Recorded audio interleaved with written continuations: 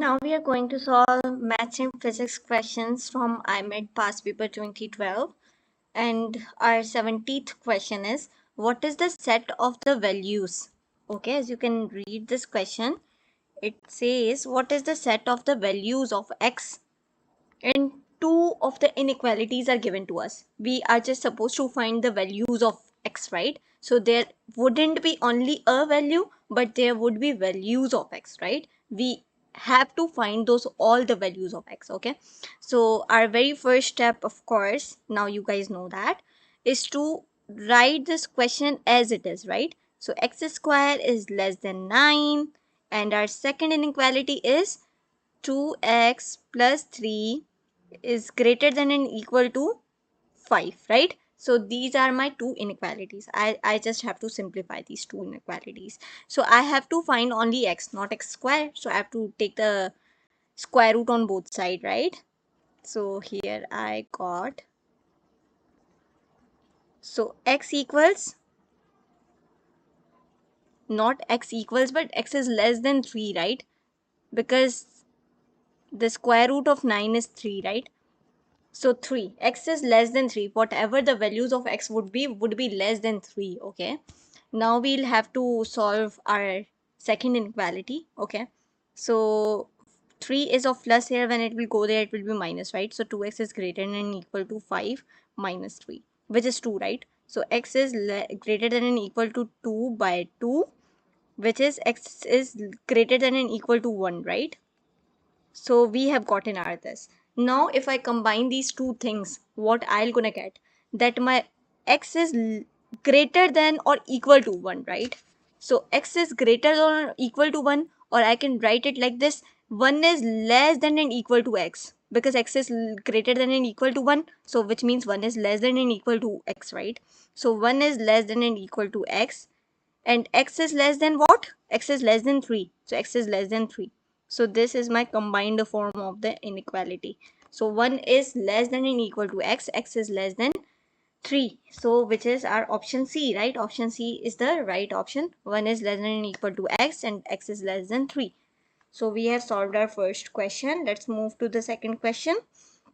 It says, a block of iron at 100 degrees centigrade is transferred to a plastic cup containing water at 20 degrees centigrade.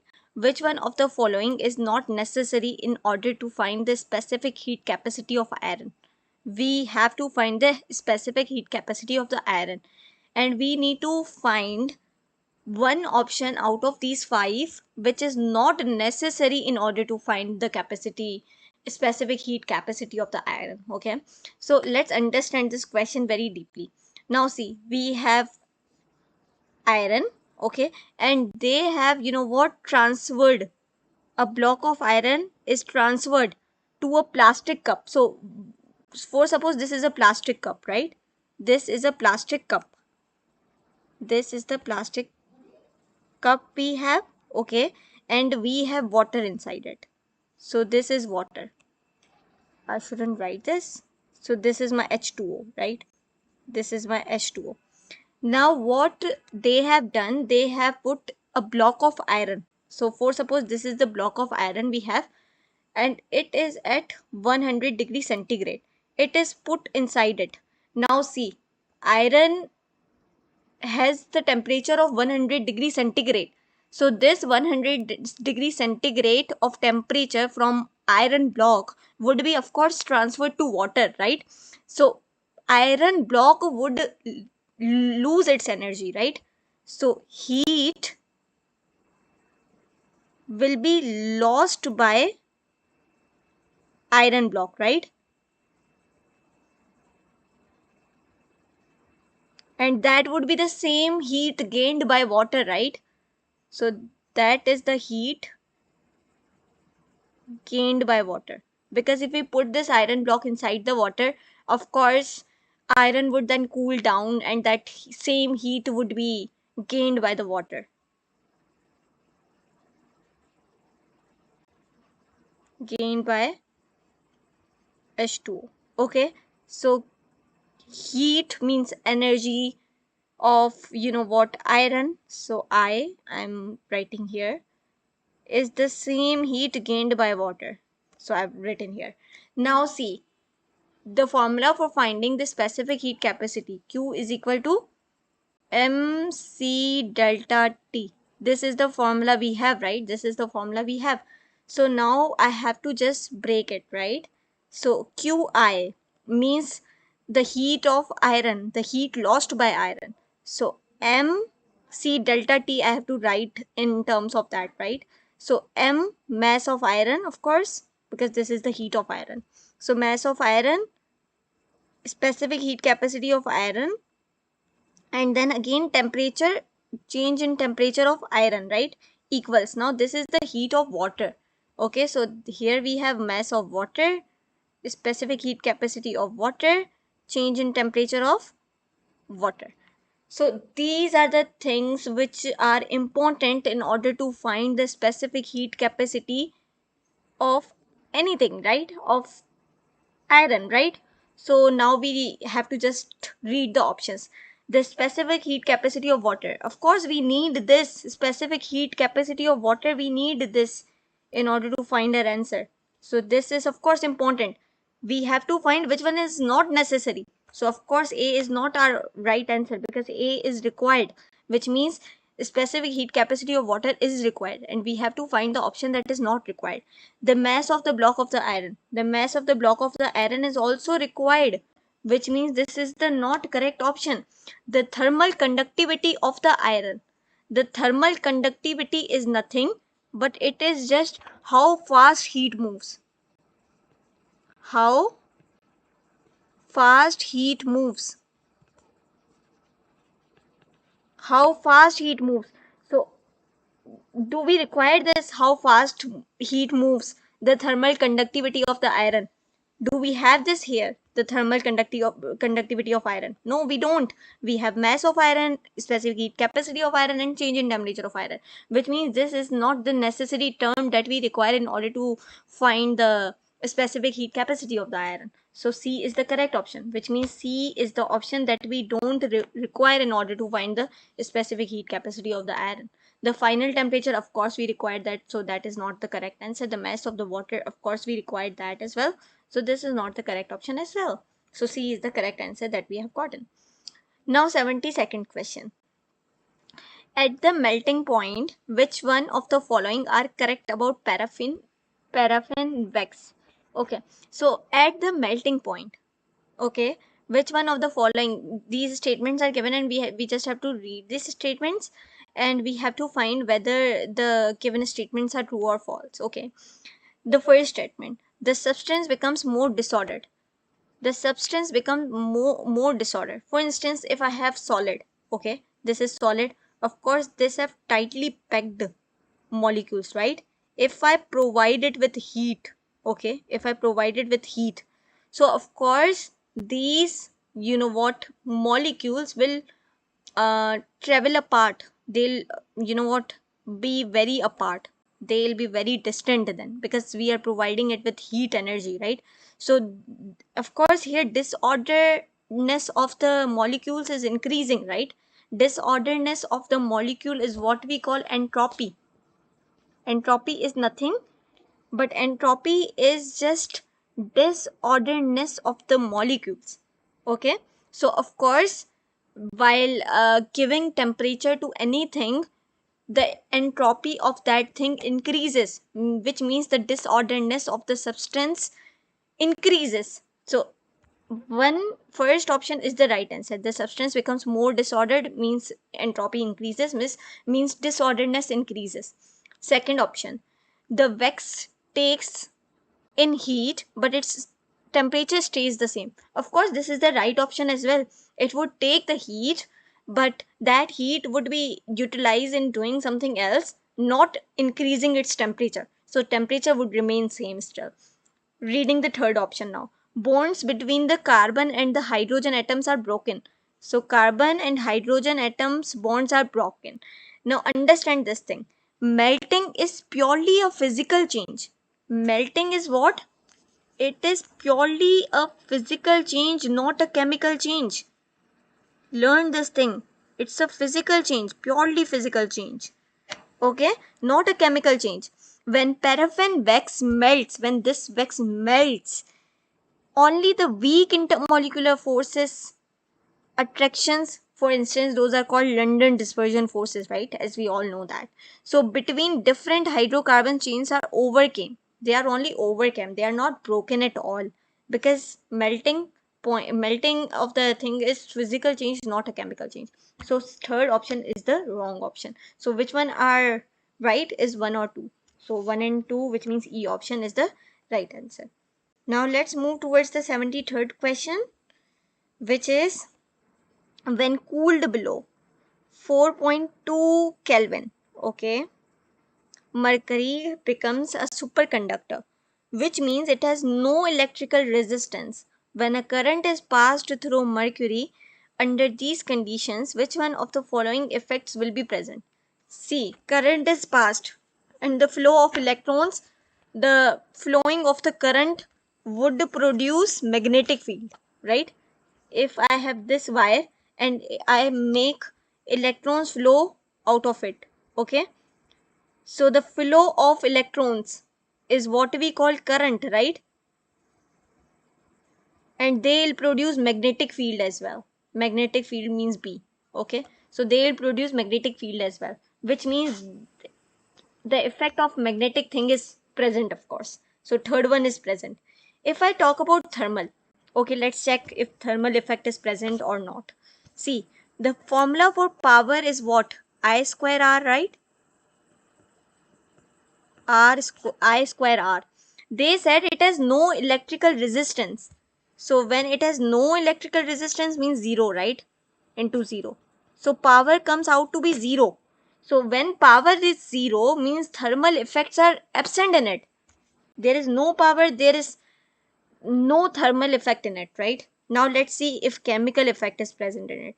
See, chemical effects, for instance, electrolysis, they generally occur in liquids or gases. They do not occur in solid, okay? They generally occurs in liquid or gases where ions move, okay? Mercury in a solid superconducting condition would not undergo chemical change at all simply by passing a current. So there will be no chemical effect at all. Okay. So second option is the wrong answer as well. What effect is only present in it is magnetic. Okay. Just because current is flowing from it, and when current flows, there is presence of magnetic field as well. So only 3 is the correct answer, which means D option is the correct answer. Let's move towards the 74th question, and it's again very interesting question. Three identical capacitors are connected as follows. So we have until now studied for resistors, right? When resistors are connected in series, okay, let me change the color of it. When resistors are connected in series, okay, this is in series, right? And resistors are nothing but resistor just stops the flow of current, right? Stops the flow of current. So their combined power is basically increased, okay. Initially the current will be passed by this resistor, okay, then that left current would be passed by this resistor, then will again flow, then that left current would be passed by this resistor as well.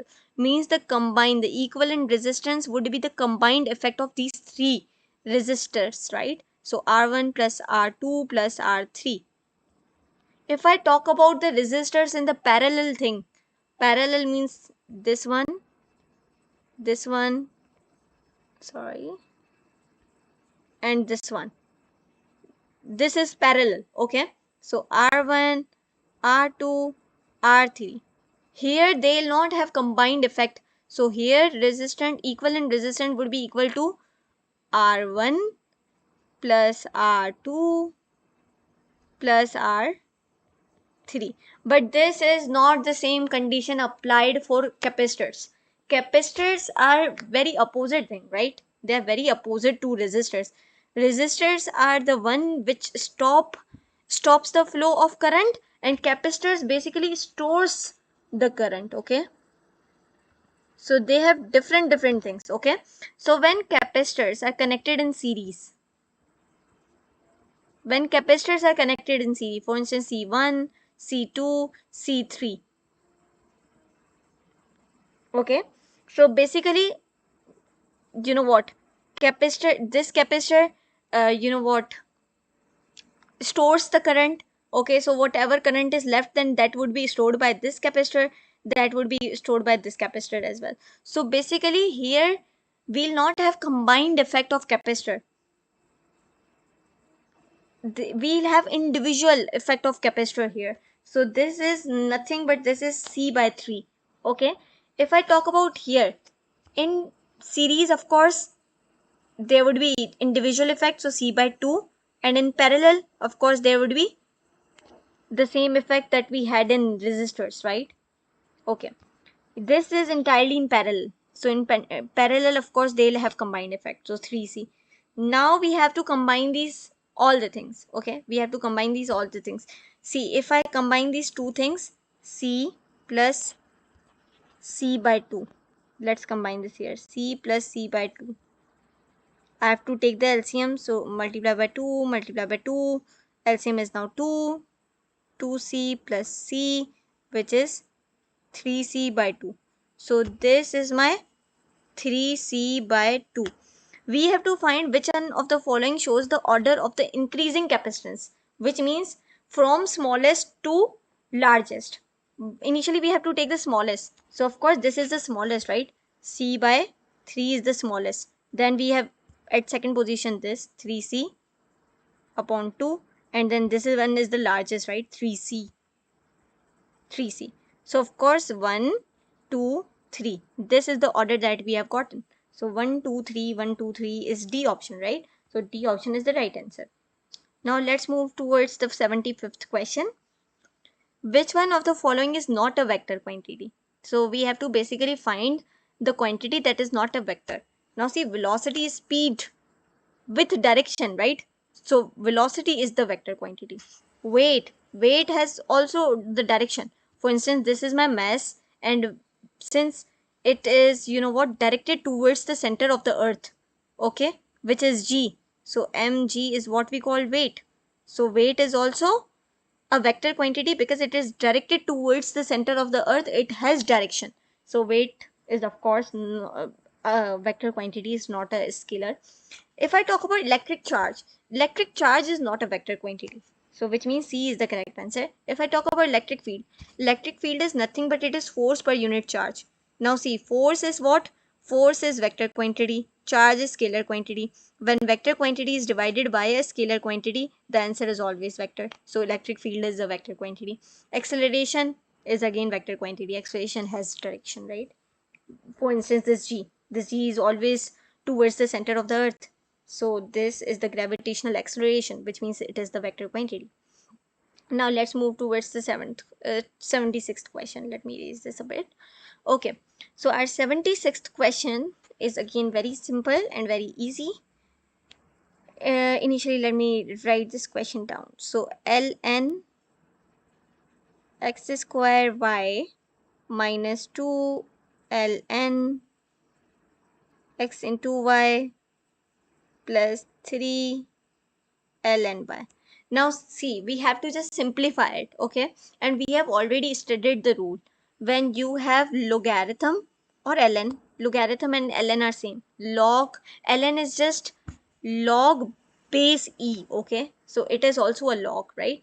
So when we have log and it has functions which are in the form of multiplication, you do nothing but you add these all. So log, the first function becomes a, then plus, again the second function becomes b.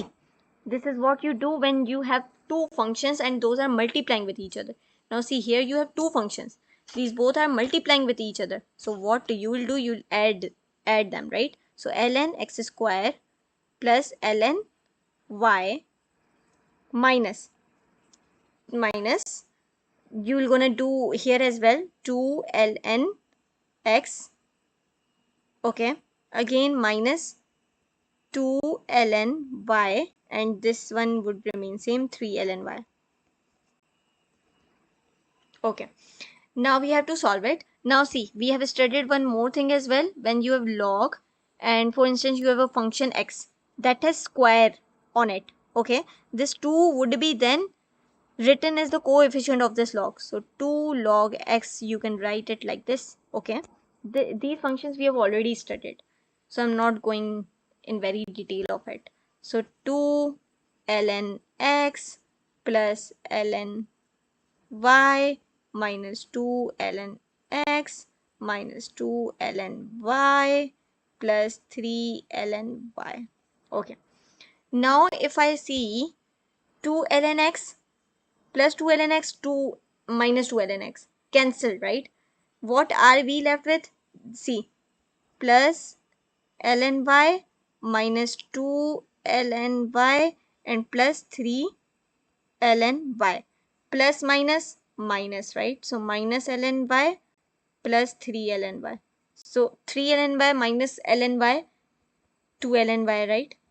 And I can write this 2 ln y like this as well, ln y plus ln y. Now let's see if we have gotten this in our answer, either 2 ln y or ln y plus ln y. So this is ln x plus ln y. This is not our answer. 2 ln y. This is exactly what we were looking for. So 2 ln y is our correct answer. I hope this wasn't difficult at all. This was very easy question. And now let's move towards the 77th question, which is, in a group of students, exactly 2 by 5 are male. Okay, 2 by 5 are male. So how many male students do we have are 2 by 5? And exactly 1 by 3 study mathematics. So how many students study mathematics? Study mathematics, study maths. How many? Of course 1 by 3. The probability that a male student chosen at random from the group studies mathematics. We have to find the probability when we choose any random man from the group and that man studies basically mathematics. We have to find the probability of that. Not even probability, but we have to find the range of the possibility, range of the probability, right? In order to make these things very, very simple, let's find the LCM of 5 and 3. So 5 and 3, 5 ones are 5, 3, 3 ones are 3. Okay. So 5 threes are 15. So 15 is the LCM, right? So if I multiply this male student with 15 and also those who study mathematics with 15, so 5 ones are 5, 5 threes are 15, 3 twos are 6. So now total male students we have gotten is 6, right? 3 ones are 3, 3 fives are 15, 5 ones are 5, right? So total male students who study mathematics are 5 basically. Now we have to find the probability, right? So let's find the probability, and formula for finding the probability is very simple. You have to know your desired event, right? Desired event upon total event. So total event means total male students. How many do we have? Are 6, right? Now see, initially we have to take the minimum. We have to find the range, right? Range is what? Minimum and maximum, right? So initially for minimum, if I pick for instance one male student from these six male students, so the minimum possibility that that male student would gonna study mathematics is 0, right?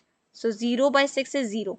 So minimum probability of choosing any random man from the box is the one who studies mathematics, basically 0.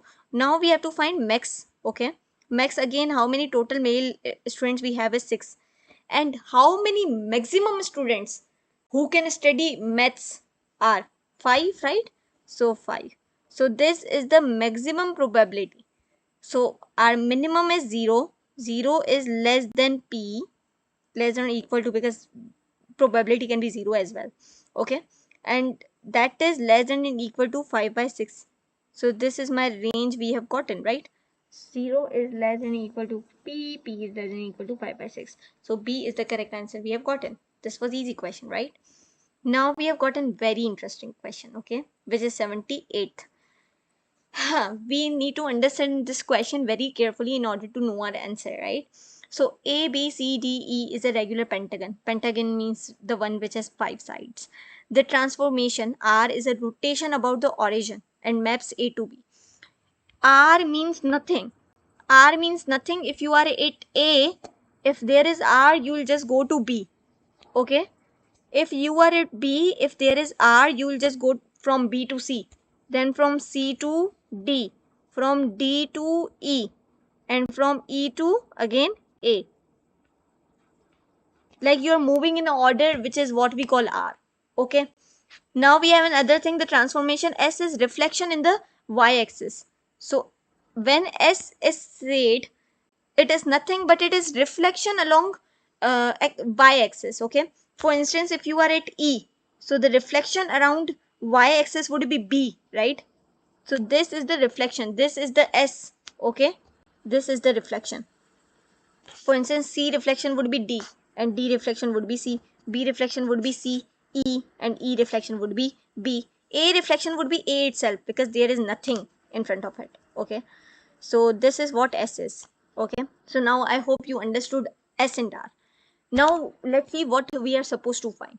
Which one of the following sequences of transformation performed in order that they are listed would not leave vertex D in the same position? We are supposed to find, uh, understand that we are moving and we have to come back at D.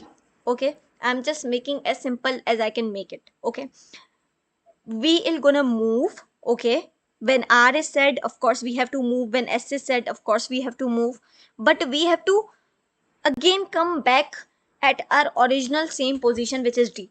Okay, which is vertex D. Okay, we got it, right? Let's make this pentagon here. This is my A, this is my E, D, C, and B.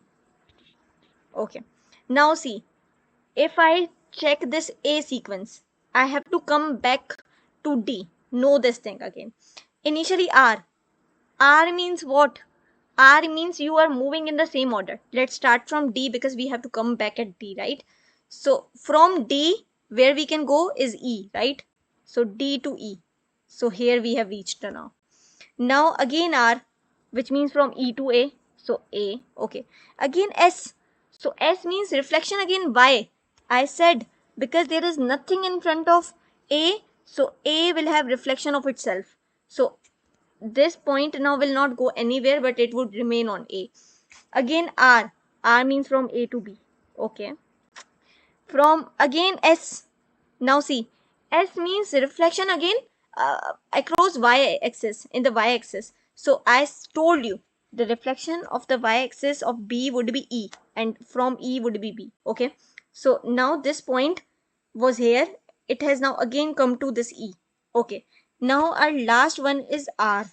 R means again in the same order from E to A. So E to A, we have reached here. We were supposed to reach at D, but we reached at A by following option A sequence R R S R S R. We didn't come back to vertex D, however we just reached to A. Okay, and we were supposed to find not leave vertex D, so A is the right answer. We can check this B as well. Okay, in order to make us very sure that we are doing this question very rightly. Okay, okay, initially we are supposed to make this diagram again, so I'm making this A, E, D, C, B. Let's choose another color of highlighter, SR. Now see, S means reflection along y-axis. So the reflection of D would be C and the C would be D. So reflection, we started from D again and we are now at C. Okay, know this thing, we are now at C. Now again from by after S we have R. R means from C to D, right? So from C to D, again you reached at D. So we were supposed to come back at D, right? So this is the right option. This is the right option because we are now again coming back at D. This is what we were supposed to find. In question they asked which one does not leave us at vertex D. They didn't ask which one of these following series leave us at option D. No, they said which one of these following do not leave us at vertex D. So A was the correct answer because A left us at A1. Okay, I hope this is clear. I shouldn't do the C, D, and E as well. I hope this is clear. I can do E for you as well because E is the what short series. So I can what do it for you in order to explain you very well. So this is again my A, this is my E, D, C, B. We have to start from D, right? So we started from D. We have R. Okay, R means from D to E. Okay, we moved to E. Now we have S, reflection along y-axis, which means from E to B. So B, now we are at B. Okay, we reached to B. Now we have R. R means from B to C. Again we have R from C to D. This is the also option that leave us at D. They asked which one of these options do not leave us at vertex D. So A is the only option which didn't leave us at D vertex, but it left us at A vertex. Let's solve 79th question. The line L has an equation. Okay, equation is given to us. 4 of the following 5 points are the same distance from the L. We are supposed to find the one which has different distance. Okay, which one has different distance. So if I rewrite this equation in a good form, so 2x, y is plus here, when it will go there it will be minus, so minus y minus 1, and on the right hand side we are left with 0 only. So this is the equation. Now we are supposed to put every option and let's see if they give us same distance, and ultimately there will be one option that would give us different option. Okay, so let's put this x as 1 and y as minus 1. So 2x is 1, y is minus 1, minus 1 equals 0. 2 ones are 2, minus minus plus 1, minus 1 equals 0, 1 1 cancel, 2. So we are left with 2 here. So 2 is the distance. Okay, from the first option we got 2. Okay, let's solve this second one again. So 2 ones are 2 minus y, so 3 minus 1, 2 minus 3 minus 1, minus 4 and minus 2. If I take the absolute value of it, absolute value means whatever thing you have inside this mode means absolute value.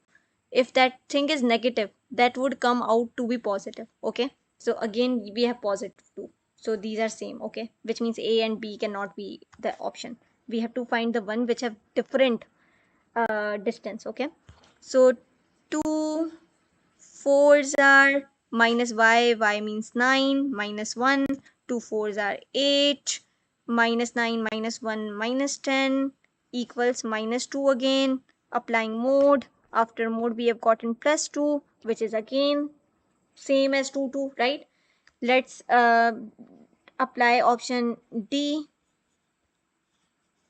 Option D means 6 comma 9. So 2 into x is 6, minus y means 9, minus 1, 2 6 are 12, minus 9 minus 1 is minus 10, 12 minus 10 is 2, right?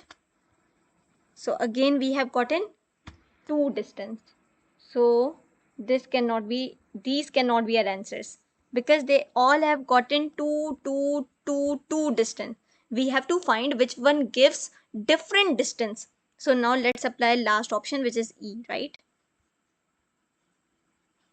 Option E, which is 5 comma 13. Okay, 2x means 5, minus y means 13, minus 1, 2 5s are 10, minus 13 minus 1 is minus 14, 10 minus 14 is minus 4, Applying mode on it, we have gotten +4. So of course here we have, you know what, 2, 2, 2, 2, all these 2, 2, 2 are same, only the one which gave us different distances 4, right? Which means option E is the right answer. That has given us different distance. Our very last question finally. So a man of mass is given to us, which is 75 kg, lies on a bed of 10,000 nails. The tip of each nail has an area of 1.0 square millimeter. What pressure does the man experience? So we are supposed to find the pressure, right? And the formula for pressure is force per unit area. But we are finding the pressure that man experiences. So of course that man will not have force, but instead of force, it will have weight, right? It will have weight. See, force and weight are, you know what, almost same things. Force is what? Force is ma, right? And in this case our acceleration is gravitational acceleration. So F is equal to m. This a acceleration becomes gravitational acceleration, means g. Now this F is equal to mg, because this mg is the formula for weight as well, right? Weight is equal to mg. So we just replace this force with mg. Okay, I hope this is now clear. So pressure is equal to force per unit area, or weight per unit area is same thing. We are supposed to initially find the weight of the person, right? So weight is equal to mg. Mass of the person is 75. Gravitational acceleration is given to us, which is 10. So weight of the person comes out to be 750 Newton, of course. Kilogram meter per second square is equal to Newton. So weight we have already calculated. Now we are supposed to find the area. Okay. So one nail has basically 1 square millimeter. Okay. We are supposed to find 10,000 nails area. So 10,000 nails area, because one nail has 1 millimeter square. So 10,000 will have 10 millimeter square. Okay. Now see, millimeter is deci, centi, milli. Okay. Deci is 10 power minus 1, centi is 10 power minus 2, milli is 10 power minus 3. So 10,000 milli is 10 power minus 3, and of course square on it, right? And meter square, because square is given in meter square, right? So 10,000 into 10 power 3 into 2 is 6, right? So minus 6. So minus 6, which means we have to move the point on the left hand side. So point is of course here 1, 2, 3, 4, 5, 6, which means 0.01 meter square is the area we have gotten. So pressure is now, weight is 750, area is 0.01. If I remove this decimal, of course after decimal we have two digits we have after decimal, so these two digits would be written here. So 75,000 Pascal is the unit for pressure. Can I write 75,000 as, because our point is here, right? So 1, 2, 3, 4.